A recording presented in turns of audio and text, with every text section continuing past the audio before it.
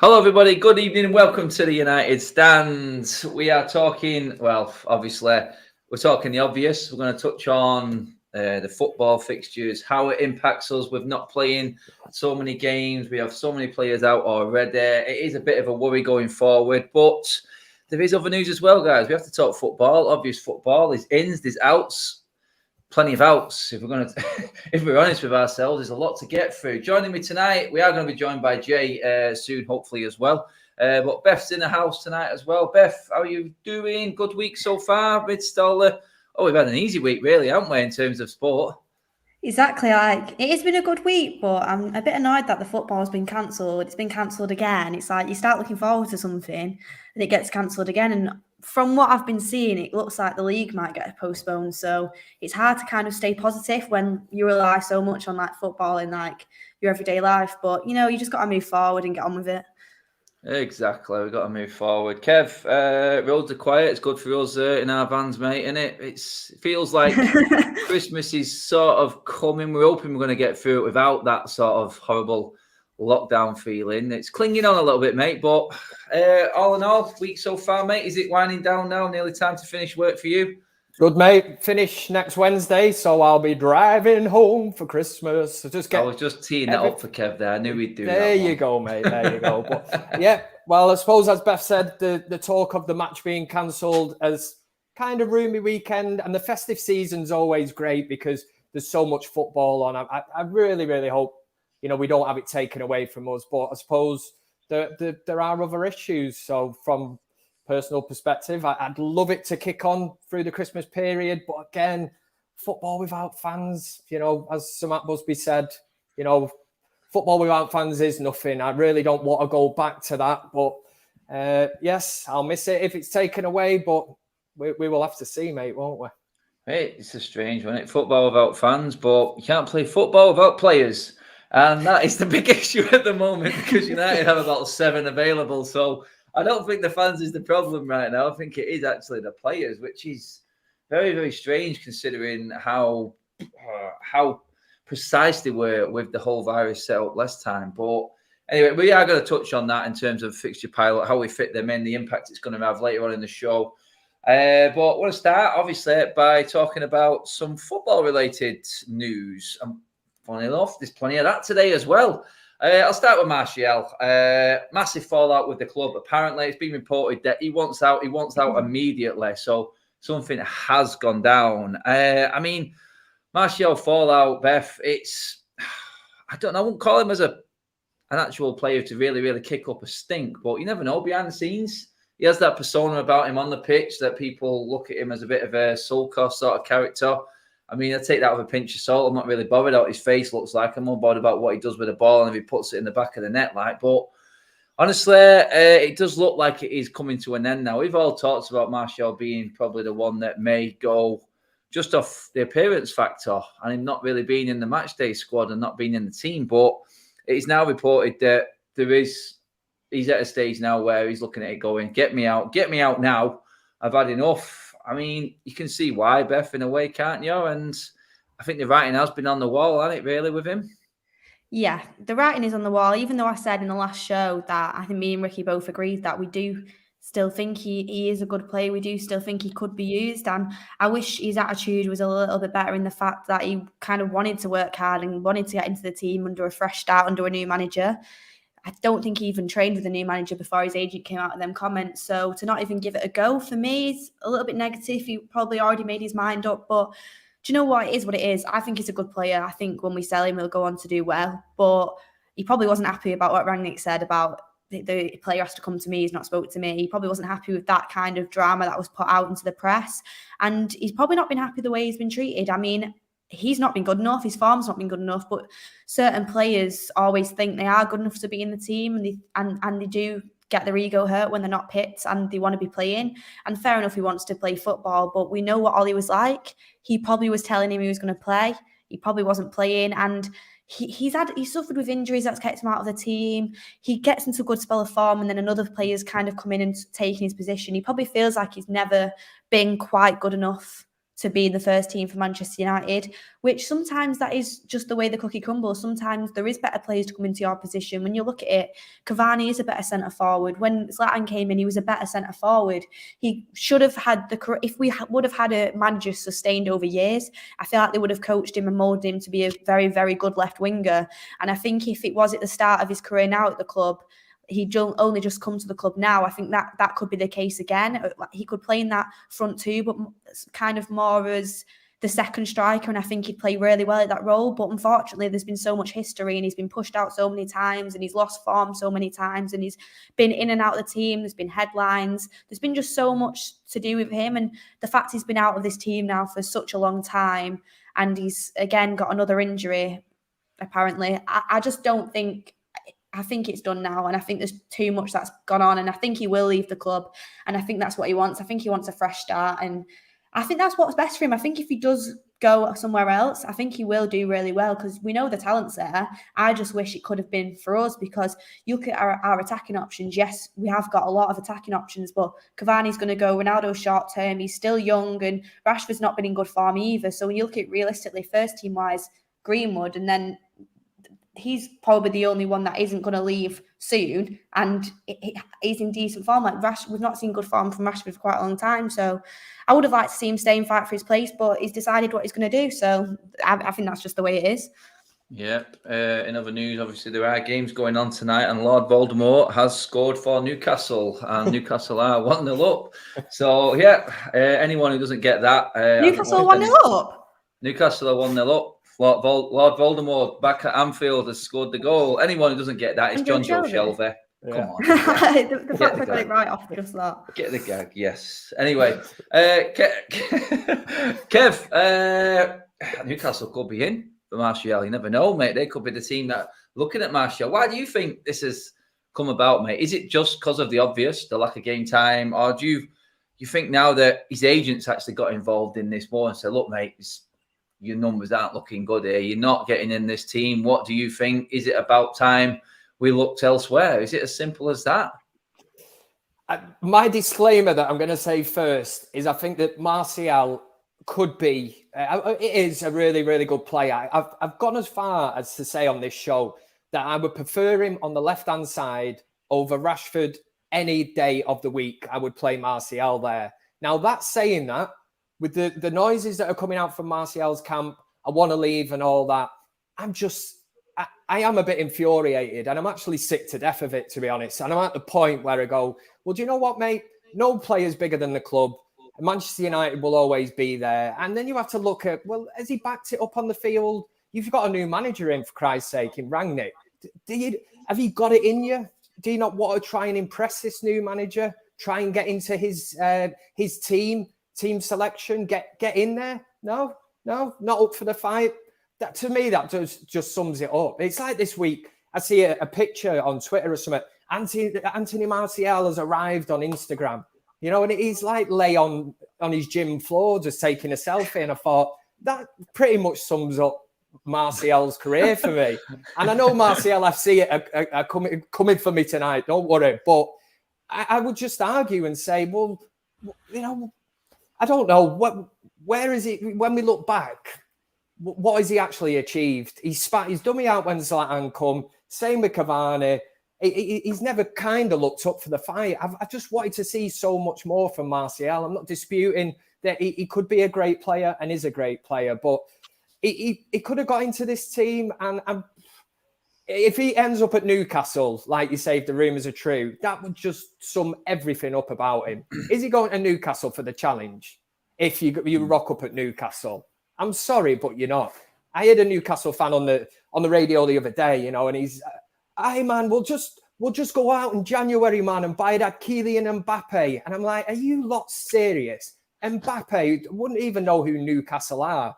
Just because they're the richest club in the world doesn't mean you can just bring players in like that. So from Martial's point of view, wasted talent at Manchester United, and I'm very, very disappointed that he's shown no fight. And I think that's what it comes down to. From the lad that broke onto the scene against Liverpool, scored that fantastic goal, he's never really kicked on from it. And unless anyone wants to tell me any different and say, Gav, he scored that goal here and there, I don't know. But again, I will back it up by saying I would actually have him in the team over Rashford because I actually think he is a better player. Yeah, I mean, I could play devil's advocate and say, Beth, is it fair? Has he had a fair crack of the whip under the new manager yet? And it's like Kev said then, really, is it a case of why kick off now? Do you know what I mean? You got a month left yet. We were supposed to be having plenty of games. Obviously, that's a different subject now and a different matter. But does he not want to stay and fight? Or has he just got fed up? And now we've seen, like someone said in the comments not too long ago, that we're now seeing the mismanagement or misman management of Ole Gunnar Solskjaer when he was in charge, because these players all seem to have it very, very easy. And already I'm seeing the unrest. I'm seeing the fallout of someone like Martial, who wouldn't say boo to a goose normally, Beth. He never comes out and says anything. So for him to come out now all of a sudden, it seems like, have we finally got a manager in who's like, no, yes, no, see you later. What's up? It's up to you. You go if you don't want to play. And either way, Beth, do you think it is fair that he's not been given a crack on the new manager yet? Or are you looking at that as a positive? In fact, that, you know what, he's come in, he said, look, I don't like your attitude. Alanga made it into the team just from a training session, Beth. So I'm sure Anthony Martial could have done exactly the same. Well, that's the thing that I don't get, because has he trained with Rangnick yet? Does anyone know? Has he trained? I don't know, because it was his birthday, and then all of a sudden he was omitted from the squad for the Crystal Palace game. But I did see pictures of him in training at first, and I've not actually seen anything of him since then. And this is why I think when someone says there's been a big fallout, something has to have gone down behind the scenes, because Martial never kicks off about anything. It's just strange with this one. It's the way Rangnick was like, oh, Anthony said at the last minute his knee was hurting again. It was something along them lines. I just thought you would word it differently if you didn't feel some type of way about it. I might be looking into things, but I always think sometimes when you hear things, you just think, you get like a slight feeling. I might be completely wrong, but I do think it is extremely weird how it was straight away. He was like, oh, agent's out, I want to leave. Like I was saying, surely anyone in the right mind would want to stay and kind of at least fight a little bit for your place and have a fresh start under this new manager. The only thing I can think of is, did Rangnick have a word with him and say, and say to him, like, put him straight and said, you're not part of my plans if you don't change this, change that. And he might have not been his plans anyway, or he might have had a bad attitude to training. I don't know. One thing I do know, though, is I do feel like kind of Martial and Pogba have always had a harder time with the media. Not us, because we're unbiased. We always speak about players, complete unbiased, well, apart from a few people, complete unbiased viewpoint. And I do think people label them as inconsistent and lazy, other things like that so much. But I do think you can say that for a lot of players at Manchester United. Manchester United has been inconsistent since Sir Alex Ferguson left, so you can't just zoom in on certain type of players. What you can say is Martial's form hasn't been good enough recently for a player of his quality, and it's just with Martial, he turns up for a season or he doesn't. If he starts a season off poorly, a lot of the time you won't see much of him all season after that. Whereas he starts the season off well, he'll have a great season. And people forget about this quite a lot. We've probably had 2-3 good seasons out of him, like one great one, really. And it's just that's not enough for a player on his wage and his kind of ability that we see. And I do think I do think it is a little bit of a poor attitude to come out as soon as the manager comes in. He must have said something he didn't like, and immediately you say that you leave, and now they're at a falling out. He wants to get out of there so quick. It's like, fight for your place, try and get into the team, and if not, then fair enough, leave. It is one of them for me, but I just think there should be some professionalism about it. I don't think agents should be speaking out in the news without telling Rangnick. Rangnick wouldn't have been happy about that either. And I just think there's a professionalism to go about it. But I do feel for him in a way, because I do think he has been messed about on a few occasions. Like sometimes he'll be like, we want you to be a centre forward, Anthony. So he bolts up, he becomes centre forward. Next thing you know, he gets pushed out onto the wing, and it's like he hasn't got that agility that he used to have because he's bolted up to be a centre forward. And I do think sometimes it can be confusing for a player when they keep getting asked to do different things, and then they're dropped, and then they're back in the team. Like there was not long ago where he was such a first team starter. If Anthony was injured, you'd be like, oh my God, what are we going to do? There was a time when it was like that, and now he can't even seem to get on the bench. So I don't know if he's fed up. I don't know if it's his attitude. I don't know if he just wants a completely fresh start. But there has always been something around Martial and him not being happy around certain things. So we'll just have to see. And that is the thing, like you rightly say, pushed out onto the left. there's a reason he's been pushed out onto the left. Ibrahimovic was a better number 9 than him. When Cavani come to United, and now Ronaldo is banging him in. You know, you're not going to replace Ronaldo with Martial. This is it, and everyone's also forgetting Romelu Lukaku when he came in as well. So he's another out-and-out centre forward that came in while Martial's been in. I forgot about that. Jay is with us as well. Jay, good to have you on the show, mate. Glad you made it. I hope the traffic's not been too bad tonight. I'm going to use it as the excuse for you already, so you don't have to go into that, mate. But we are talking about Martial, Jay. Before we move on, mate, I mean, Martial, is it fair he's not been given a crack of the whip under Rangnick, or are you just happy that, like I just said to Beth then, Rangnick's come in and straight away he's spotting things in training. He's seen out players that could be causing a problem. And we said then, Jay, that this may not be all Anthony Martial, but his agents come out talking for the first time I've really heard in a while. And it's no coincidence that it's all of a sudden kicking off now, mate, really.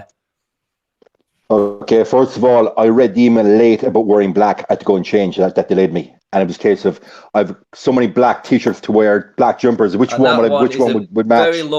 Very lovely one as well you're wearing there, Jay. So I got the memo late, guys. Beth didn't read the memo, no? I did not read the memo, so you know what? You have to send me that next time. Look, guys, Martial, the first question I'm going to ask is, what other club is going to pay him £12 million per year? Newcastle. He's on 250k, right? So who's going to pay him that kind of money? Secondly, I'm sick and tired of excuses being made for Martial. He burst on the scene under Van Gaal. His transfer was linked to incentives where if he won Player of the Year, if he won a Premiership title, if he won Ballon d'Or, it's all if he did this, we would pay in excess of £50 million for him. For me, he's had one standout season, and apart from that, he's been average at best. Whenever a challenge has been put up to him, and we've said it in the show many times, Kevin, you said it there, but Ibra, Cavani, he just simply wasn't up for the fight. Any player, a new manager comes in, they see it as a chance to hit the reset button, a new opportunity to show the new manager what I can do. But Martial is either A, not up for the fight yet again, or simply feels that he can't play in a Rangnick system. I do agree he should have showed a pair of balls and went to Rangnick himself personally and said, listen, Ralph, I want out in January. Please make it happen. The way it was done through the media with his agent, that's bad form. But look, we've seen that from Paul Pogba in the past as well. I was never a massive fan of Anthony Martial. I almost felt with him very, very talented, but it was talent unrealized. No doubt he could go to Spain, hypothetically, or France and rip it up. But it goes back to what I said at the start, guys. Who is going to pay Martial $12 million a year to sulk? I certainly wouldn't. So I want him gone. Sooner the better. Done. It depends what brings his wage is a big problem. Yeah, it depends what he's going to bring his salt, doesn't it, Jay? I mean, if he's playing first team football and that's what he wants, that's why he's kicking off, then I think we all agree, money wise and getting into the first team, Newcastle would suit him. But then again, is he thinking that dropping down to a relegation fight, that's a bit below him? And it's like where he thinks his standards are. If he thinks he should be playing in the first team, it comes back down again to like that comment said, and it was bang on. Are we now seeing the misman management of Ole Gunnar Solskjaer in his tenure at the football club? Because it's no coincidence, guys, that right now we're seeing a lot of action going on behind the scenes. And obviously, I want to touch on McKenna moving to Ipswich as well, and that possibility. Carrick has obviously gone. We've seen, obviously, Ollie went first. Carrick's gone. McKenna was still there, but now McKenna's going. Along with him, first-team coach Kev Martin Pert as well. So it does look like the exodus of that coaching setup is going. And did them players have it easy? Did they have it easy? Because the coaches are now being, I wouldn't say found out, but the fact that this was a winning team and we was about to give McKenna a multi-million, well, I won't say multi-million, but a very handsome contract to carry on. And now all of a sudden he's going to Ipswich. Does that not tell you exactly the level that these coaches were, that McKenna's not gone somewhere better? I mean, that's what Manchester United were accepting. That's what their standards were. And it could well be that Ralph is doing what a lot of United fans wanted him to do, which is just go in there and start flipping chairs and start kicking up some dirt, mate, because it's happening very quickly right now, mate, isn't it? Yeah. And the skeletons in the closet, they need launching out. I mean, I made a joke here when I said about Rangnick, his first training session at Carrington, I would love to be at it when I did my famous German accent, when I said, like, Phelan, what are you doing, McKenna? And he's going mental. It's better, mate. It's better than the last one, mate. It was. That was more. I've been working on it, obviously. But I said at that time, Rangnick's going to go in, and it won't take him long to suss out, and he will be like, "What are you doing?" And they're going to be pissing about. And you're absolutely bang on. You say, coaching wise, what have they been up to? And under Ole Gunnar Solskjaer, we were notorious for playing 45 minutes of football over 3 years. It's very rare that you see Manchester United turn up for 90 minutes of a football game. That comes down to fitness. And lo and behold, Rangnick comes in against Crystal Palace. Yes, maybe for about 35, 40 minutes, we've seen the pressing style of play that he wants to bring to United.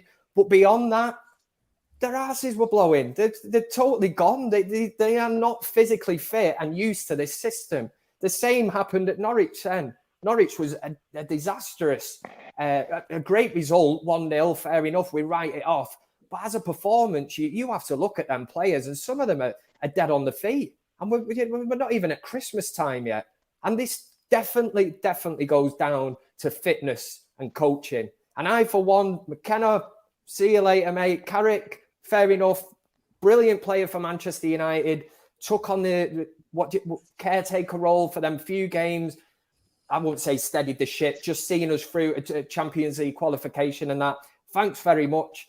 But Rangnick was always going to discover exactly what was getting on. That is what the man has come into. What he's being paid to do. He's coming in. He's already stated that he would like to take the job more full time. So why would he want any passengers? This is the Rangnick bus. He doesn't want passengers to carry, man.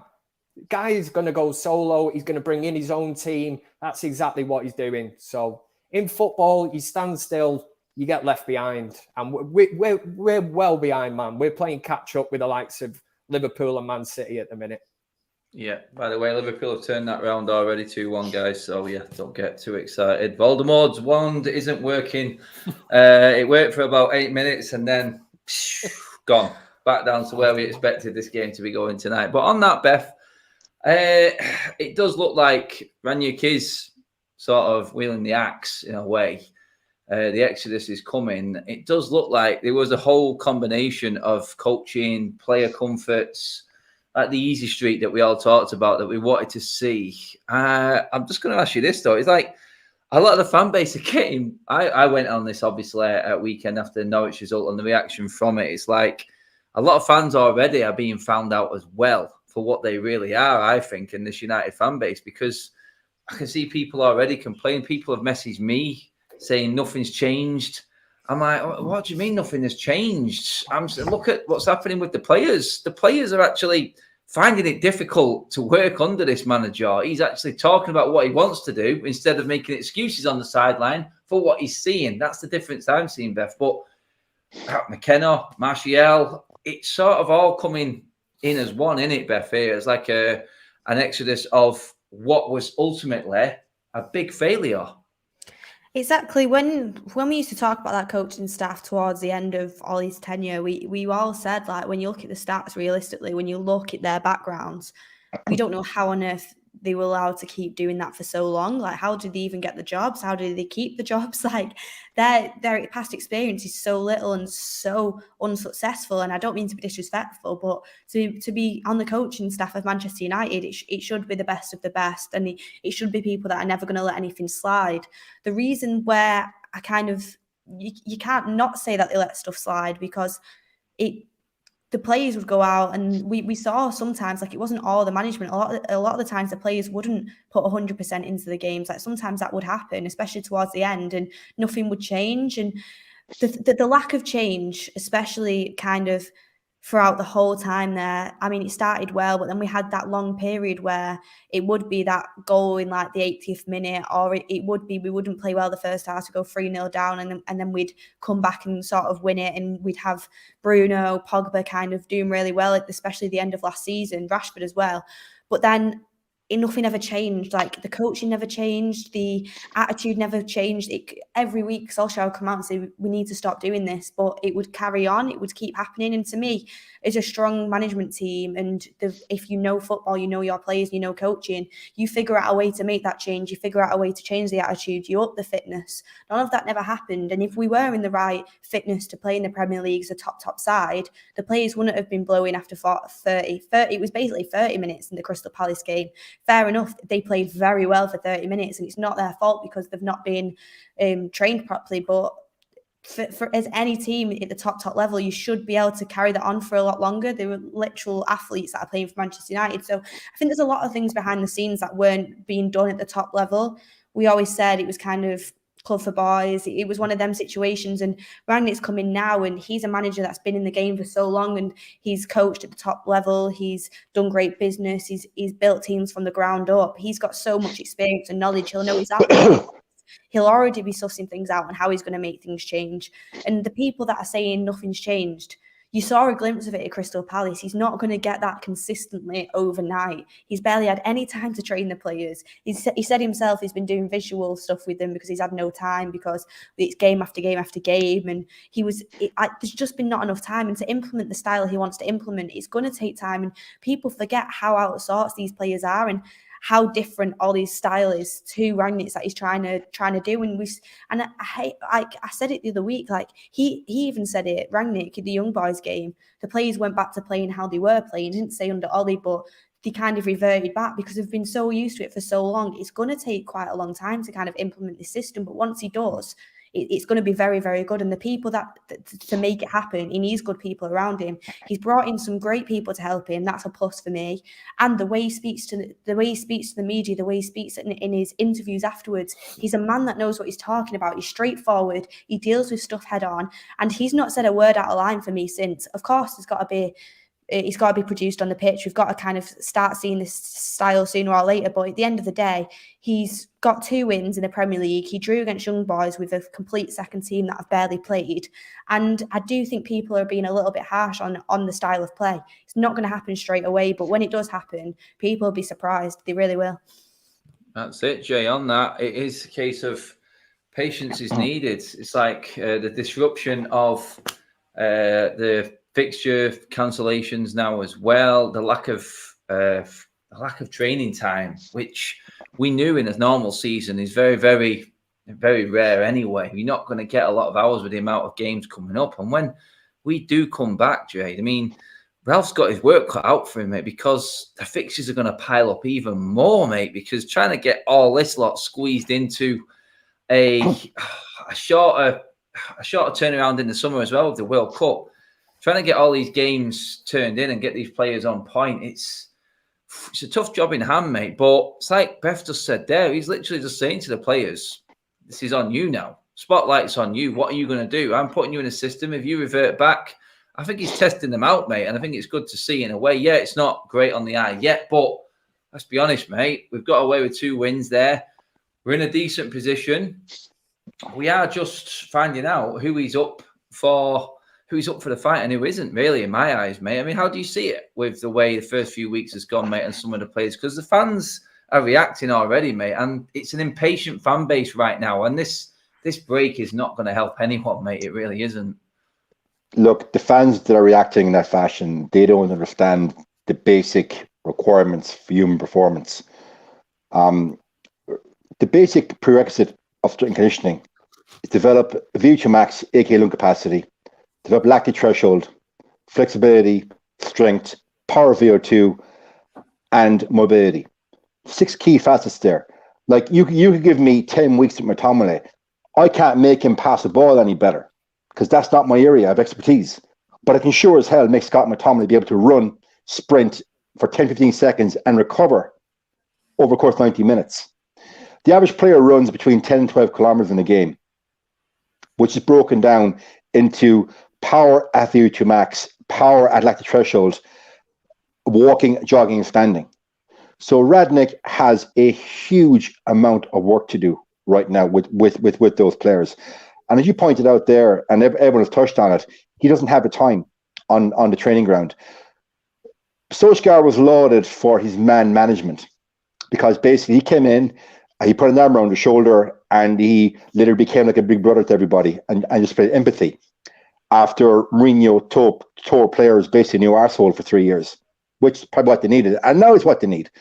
So the facts are very simple. Limited time on the training ground, working with limited players, many of which clearly aren't up for the fight. The ones that probably are up to the fight aren't fit enough. So what? The fans expect Rangnick's going to come in and players are going to press for 85, 90 minutes and all is new. No, it's not. I said weeks ago, Rangnick comes in, Cam Carrington's closed for business. No more holiday camp. You're here to work. It's finally time now for those players to actually earn their living.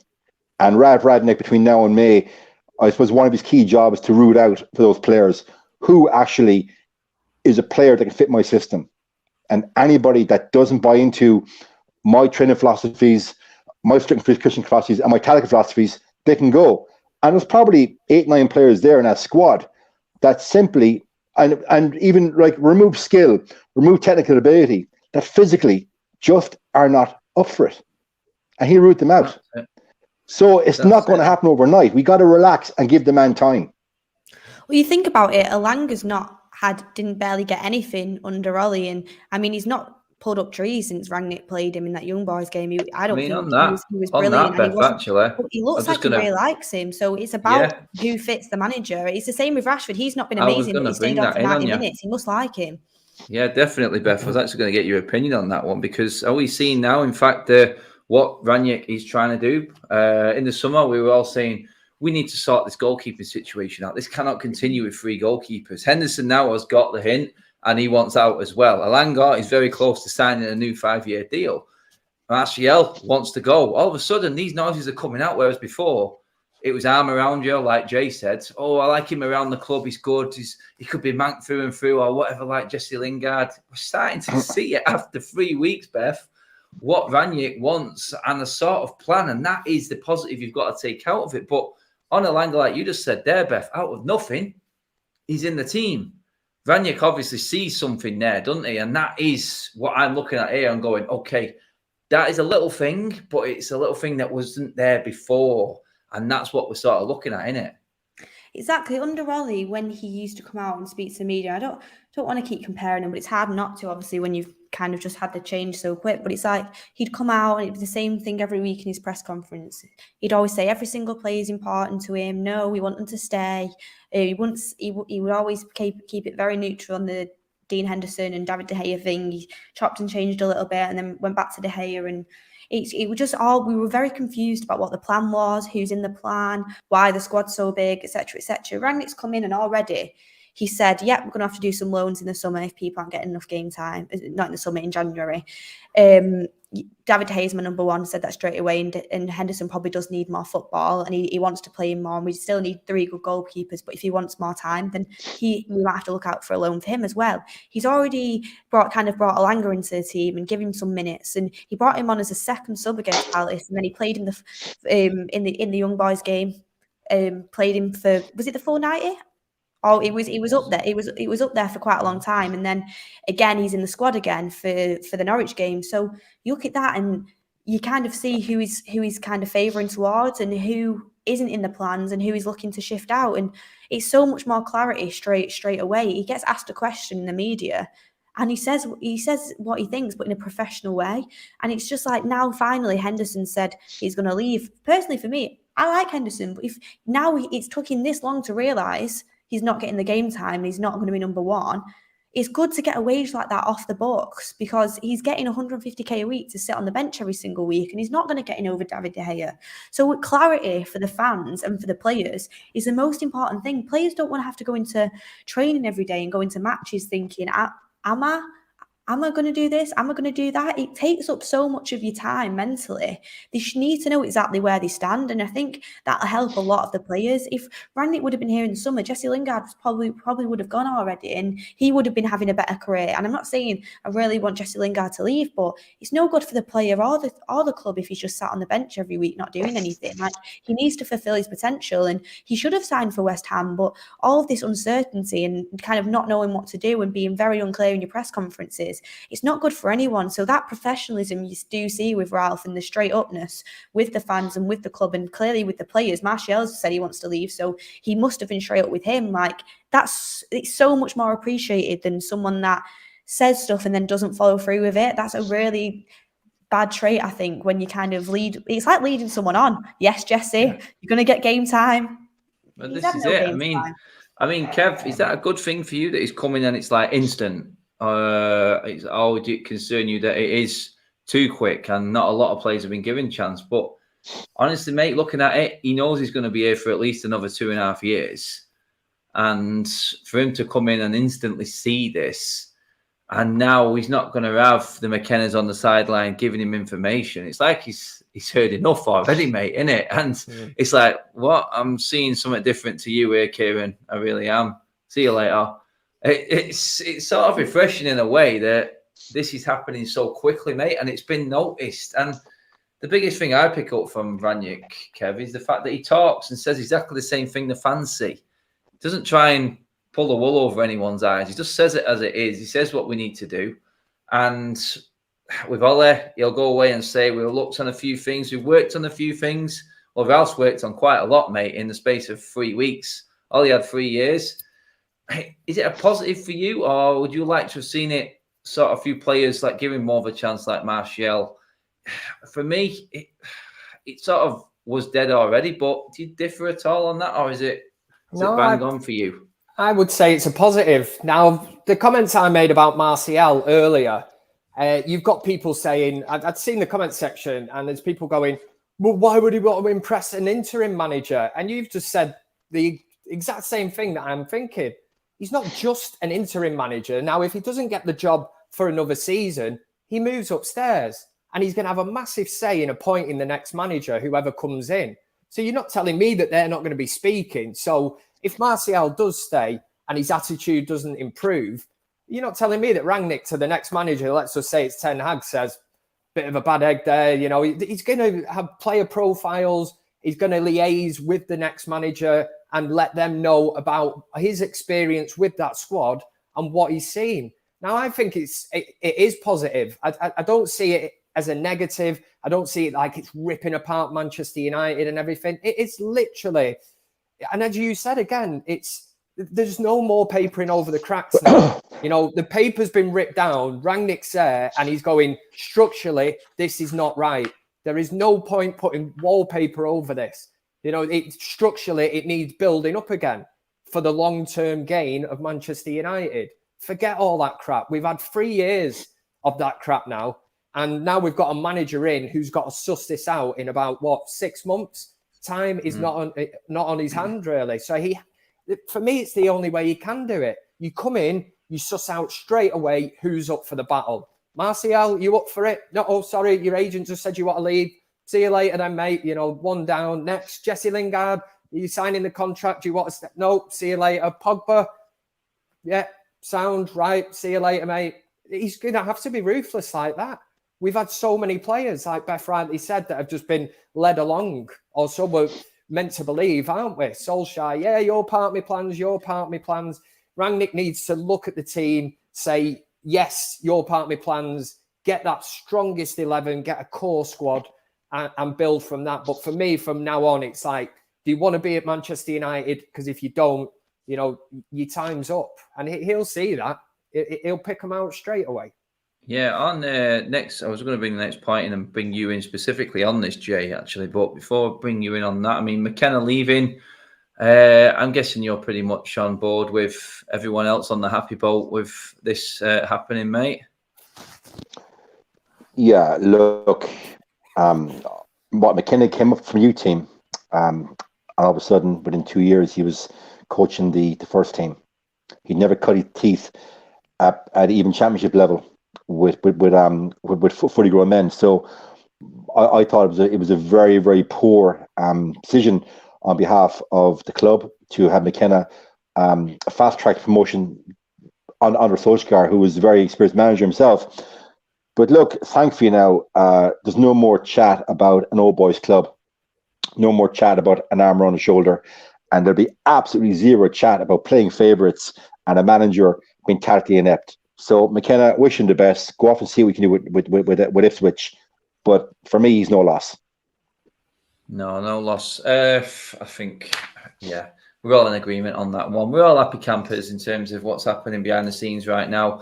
Next thing I want to touch on, obviously, with everything going on right now, guys, it's not nice. It's not nice having no football. But, Jake, I want to bring you up on something, because this is something I picked up on with players specifically suffering with COVID. I know we've got a problem right now. Obviously, we've only got 7 players, first-team players available. It's a concern. We're talking about Ralph and the lack of time that he is going to get with this team now. With this added onto it, it's even less. But in terms of players recovering from COVID, I mean, you said it there, Jay, mate. Players are finely tuned athletes to do a specific job. And now I remember one player in particular, Sam Maximan, when he returned from COVID, he said he couldn't run to the end of his street without buckling down to his knees. I think there's a big case here for saying the fan base needs to be patient when we do return, because if these players have had COVID, we've seen how poor Pogba was when he came back.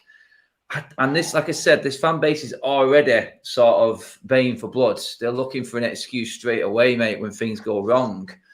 There is a big case here, though, isn't there, Jay, for needing patience when these players do return. Yeah. Because they're not going to be able to hit the ground running straight away. It's going to be a very difficult job managing so many players that have been out for so long in a short period of time, where it's game after game after game. It is a big thing, this, Jay, isn't it?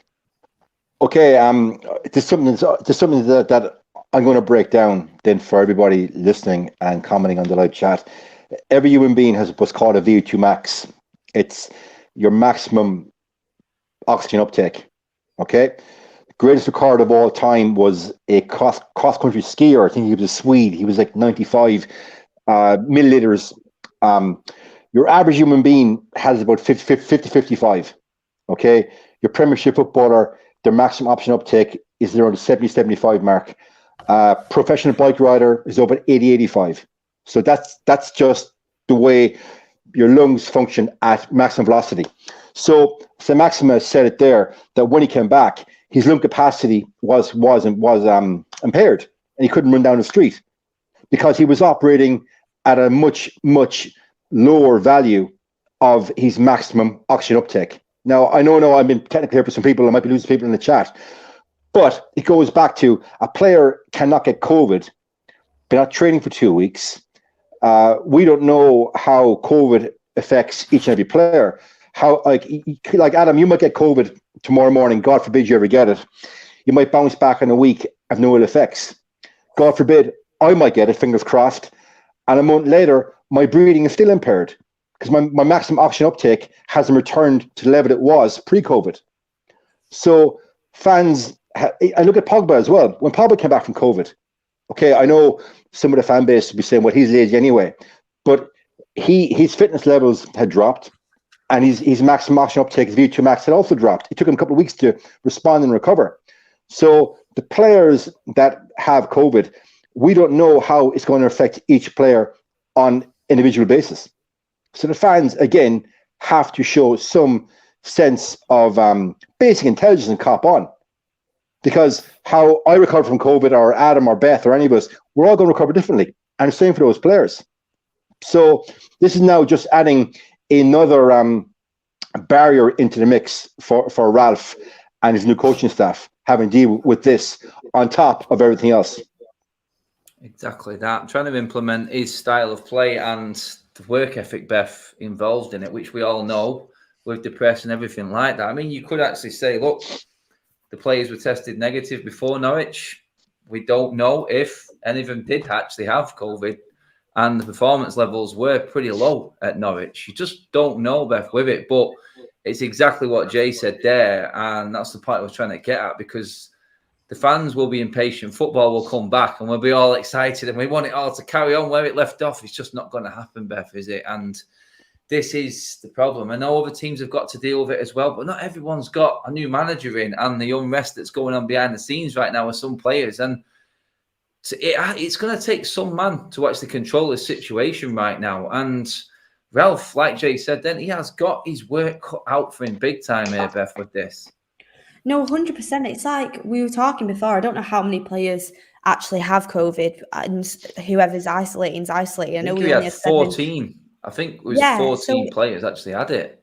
Well, see, that's crazy. It's like I would say I'm young, fit, and healthy, and when I had COVID, I was wiped out. Like when I tried to get back to normal and kind of I don't go to the gym regularly, but if I went to the gym, I was dying, like way more than what I was doing, and I kind of suffered with that for quite a long time. I was really kind of hit hard by it, and even kind of getting out of bed in the morning was like a little bit of a struggle for a while for me, because it really does wipe you out. It really fatigues you, and I know everyone deals with it differently, but when you're a professional athlete, it must be so frustrating to obviously want to go back into the deep end, get playing again, because they won't want to sit out and sit at home with COVID. No one would want that, and you're going to have to deal with frustrated players. That's where the sports psychologist comes into things, kind of help the players get back on track. And I think that's such a good thing that Ralph has brought into the club. I can't believe like we didn't have one before. Like it's such a massive part of sport now, especially very competitive sport. And that sports psychology is going to be massively important.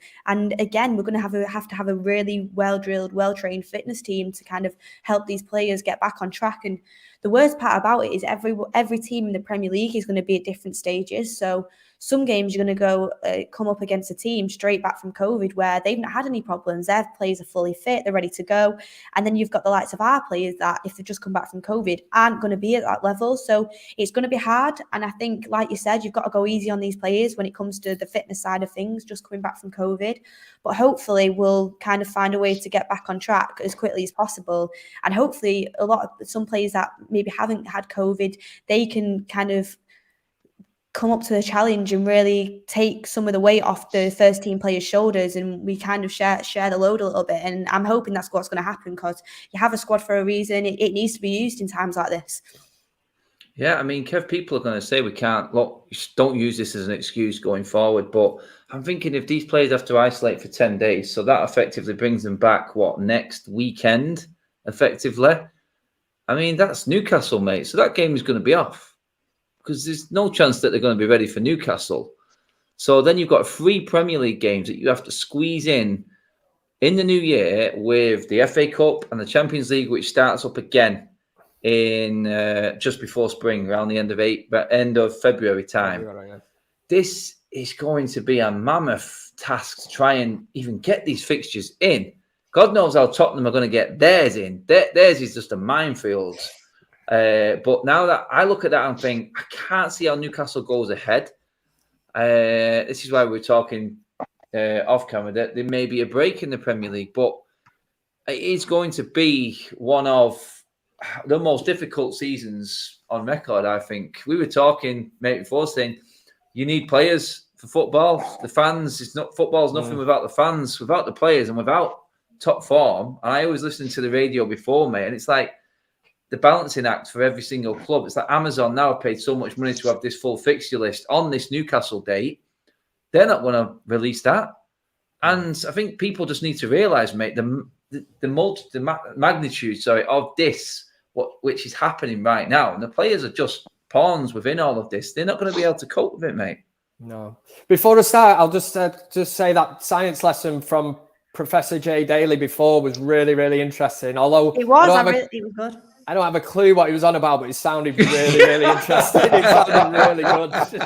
Oxygen intake and stuff. You lost me at that, but it sounded really, really intelligent, mate. I knew what you was on, Jay. Brought me back to my GCSE PE days. Yeah, that was quality. Yeah. But yes, thanks, guys. Thank you. It's going to be a real struggle, because you say the FA Cup January, you've got the Champions League kicks back in February. Now, with the players that have been struck down with this, when they then come back, it's all this isolation.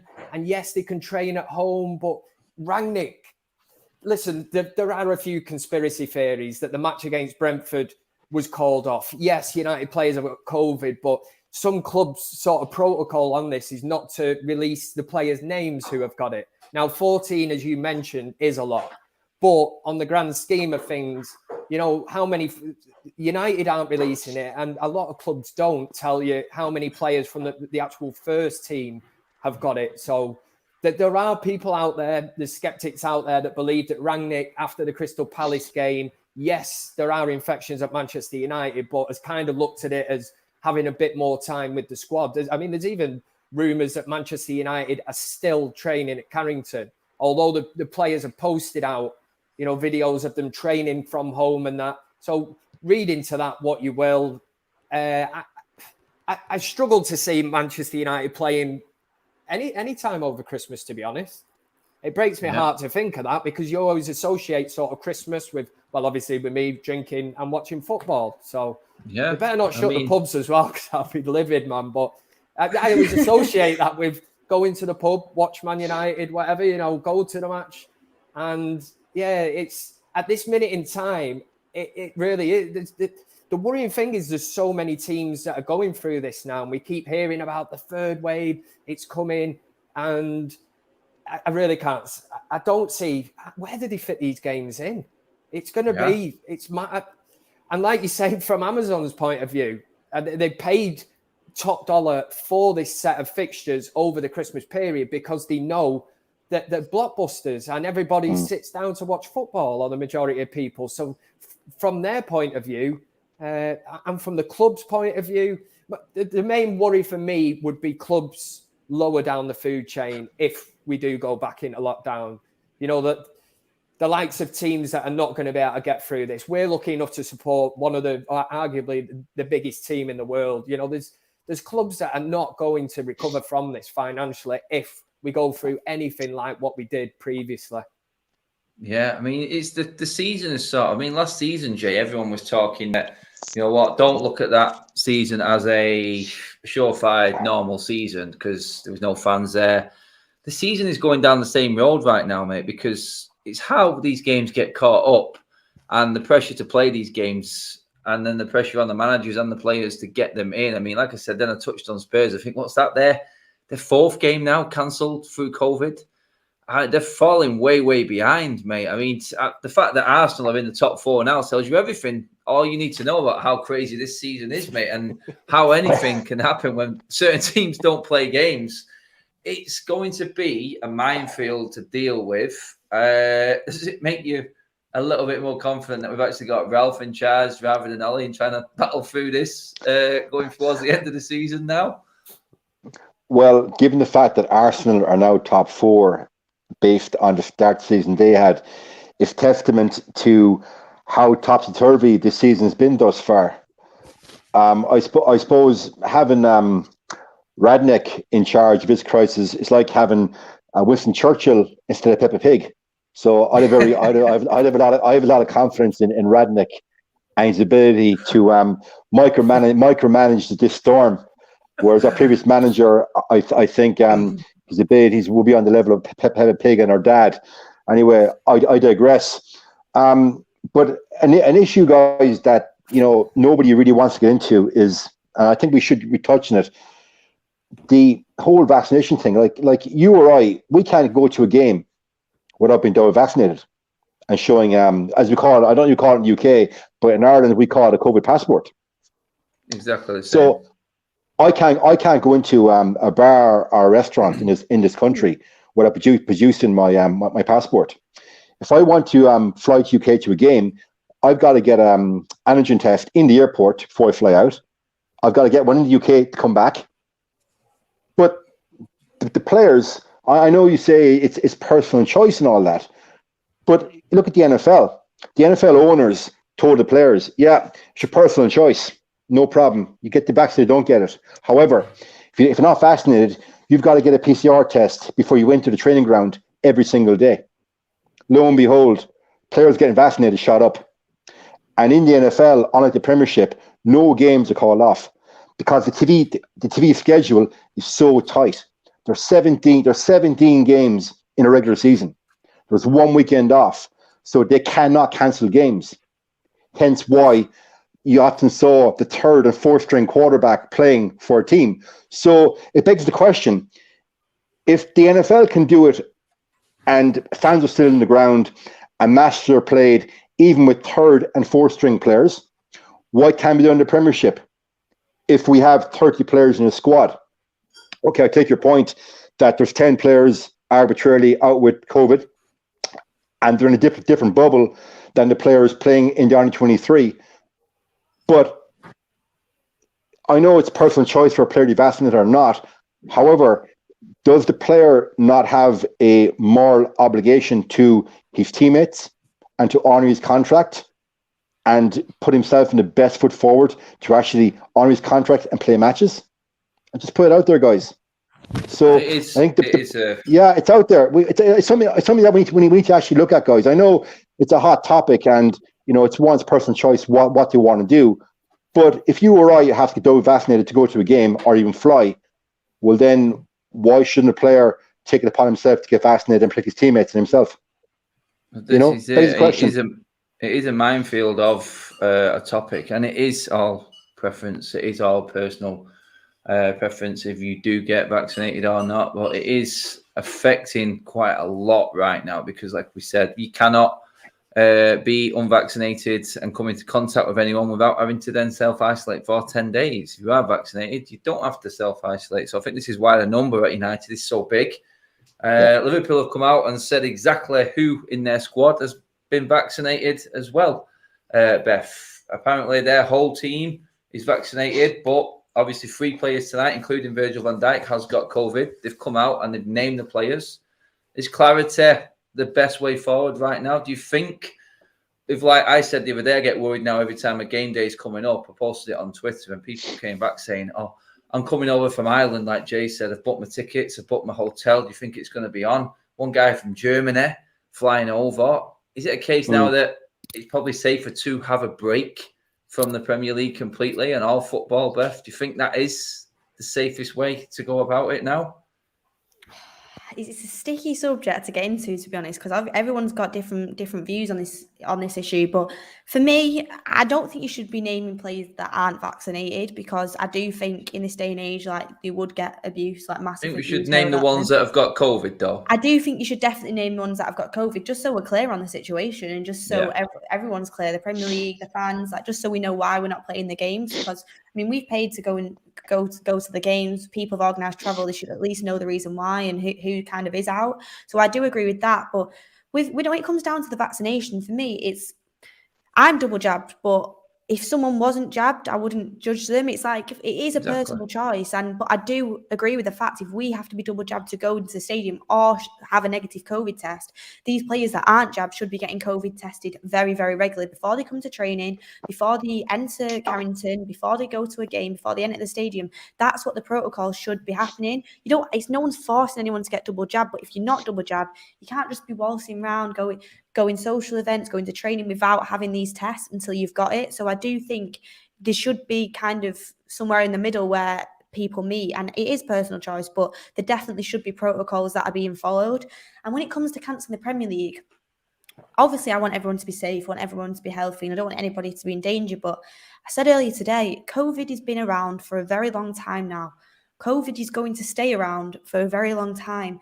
We can't just keep stopping and starting society because it is around. I understand there's a new variant. I understand it's highly spreadable, but there's going to be another variant in another 6 months, and there'll be another variant after that.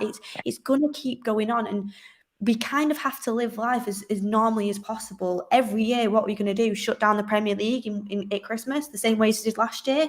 Are we going to go into lockdown again in January the same way we did last year? It's just, when does it end? And it's never going to end, and that's the whole point of it. So for me, I don't think they should shut down the Premier League. I think we should carry on the best way we can possible. We've got vaccinations now. We've got protocols that can make things a lot safer. And I think if you have to postpone a game, then you have to postpone a game. But unless you absolutely have to, I think we should just be carrying on with things and show your double vaccinations. If you don't want to go to the games out of safety, then don't go to the games out of safety. But the people who do want to go, they get to go. And it's just as simple as that, for me, in my personal opinion.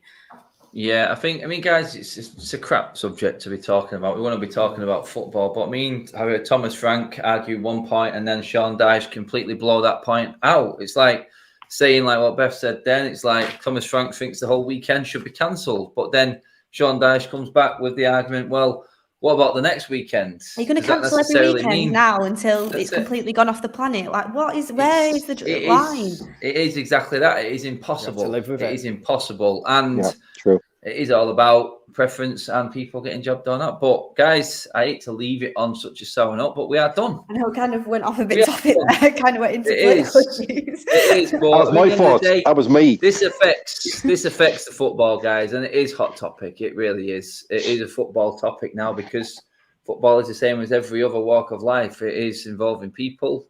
Part of it is indoors, concourses, executive suites. It's not all people outside all the time. But one thing we do need is players. Without players, then we're not going to have a football game. It's as simple as that. And that is where we're suffering at the moment. So hopefully, before, I've not said anything yet on the subject. I've not heard anything come out. I may not have looked at it too much, but hopefully Victor Lindelof is okay with his heart condition and everything is okay in that department. I've been there myself.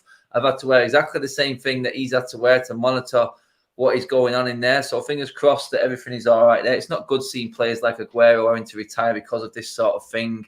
Hopefully Victor Lindelof is okay. It's happening all too often right now. So let's put that in there and just say, look, there is more important things than enjoying the game with your mates. The welfare of the players and everyone watching as well is vitally important. But tonight, guys, that is it. We are done. Fantastic topic and subject to get into tonight. We are very clever people when you ask us serious questions, guys. So don't forget, on that note, to give the video a like. Obviously, subscribe to United Stand because it is the best content. And we have the Professor Jay on. We have Beth laying down the law. And then we have the wine connoisseur himself, Mr. Kevin. I mean, guys, cheers for coming on. It's been an absolutely brilliant show. Good to talk a bit of football as well, obviously, though. But for now, we are done. Beth, cheers for coming on as always. Yeah, thank you for having me. It's good to kind of have these shows, especially when we don't have United to kind of look forward to and watch. So I'll see you on the next one, guys. Kev is there with me as well. Guys, we have you covered. Cheers for coming on, Kev, mate. Thanks as always, mate. Always a pleasure, never a chore. That's the one. And the Professor himself in the Cadbury's milk tray outfit right there, Jay. Cheers for coming on, mate. Oh, I love it. I love it. Listen, even though football is maybe on hold for Christmas, whatever, but we'll still come on here and we'll give the fans some entertainment. I'm sure we will. Hey, definitely. Jay. United Stand. Yes, sir. Go on, Kev. You, me, and Adam. What? We could be like the next Westlife or something, maybe Boyzone or something. You up for it? What? Absolutely, absolutely. That's it, Kev. Let's give the people what they want. Actually, Kevin. A long time ago, my bio on Plenty of Fish, right? A long time ago, when I was on it, right, was if I hadn't been an athlete. Listen to this, right? This is a long time ago, right? But the bio on Plenty of Fish was, if I hadn't been an athlete, I didn't take that chat. Let's chat. Okay, right, guys. So yeah, I want to be in a boy band. Let's do it, baby. Yeah, Kev, bring the guitar. I'll mix up the fan chants as I always do on the fan blog. And Jay, I honestly don't know. I can't sing, by the way. I can't sing, but I can mime. That's about it. Yes, that's it. And right, we'll get it sorted for you, and we will smash it. But it's not over yet, guys. There's still football going on. It's not the end, so true. Don't worry, it will be back. But for now, we are gone. Guys, cheers for watching. Like, share, and subscribe. Brilliant show. Thanks for coming in, guys. Absolutely brilliant. We will see you through